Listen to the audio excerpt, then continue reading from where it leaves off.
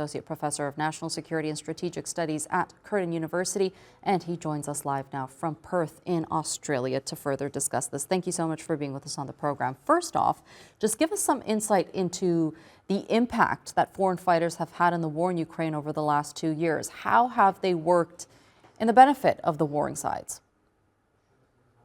Well, I wouldn't say that that their presence is a game changer, but certainly it shows how international the conflict has become, and it's a reflection of the way how military powers have carried out their combat in the 21st century. We need to remember that, for example, since the invasion of Iraq in 2003, the United States, as well as operations in Afghanistan, the United States has extensively used private security companies. It's another form of bringing mercenaries into the picture, and they were responsible for carrying out significant chunk of combat operations, delicate operations, sensitive missions, and so on and so forth.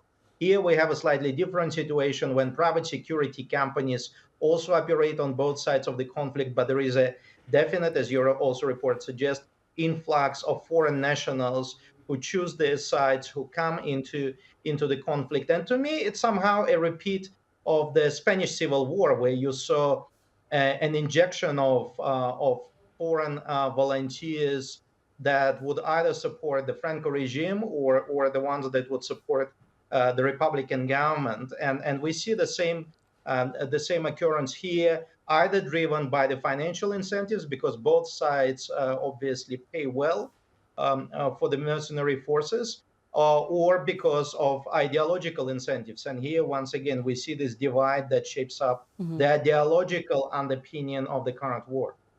Right, and just talk to us a bit about the status they fall under according to the Geneva Convention and what the process is like for the mercenaries being recruited, because we are hearing that in some cases they're being smuggled. Well, in terms of Ukraine, they have their open recruitment centers. Their embassies recruit foreign nationals. So that process is streamlined also because with the quiet approval of Western governments and those countries that support Ukraine, as again, as your report suggests, Russia operates in a more clandestine way because of the sanctions regime, because of it doesn't want to disclose where the foreign mercenaries are coming from. In some cases, for example, when special units have been created by foreign mercenaries, for example, drawn from nationals of Georgian breakaway provinces of Abkhazia or Ossetia, there are entire battalions that function under the Russian organizational hierarchy. Then it's a straightforward process. But when it comes to recruitment of foreigners from further abroad, whether it's from India, Nepal, Cuba, South and Latin America, North America, Europe as well, then the process becomes more complicated.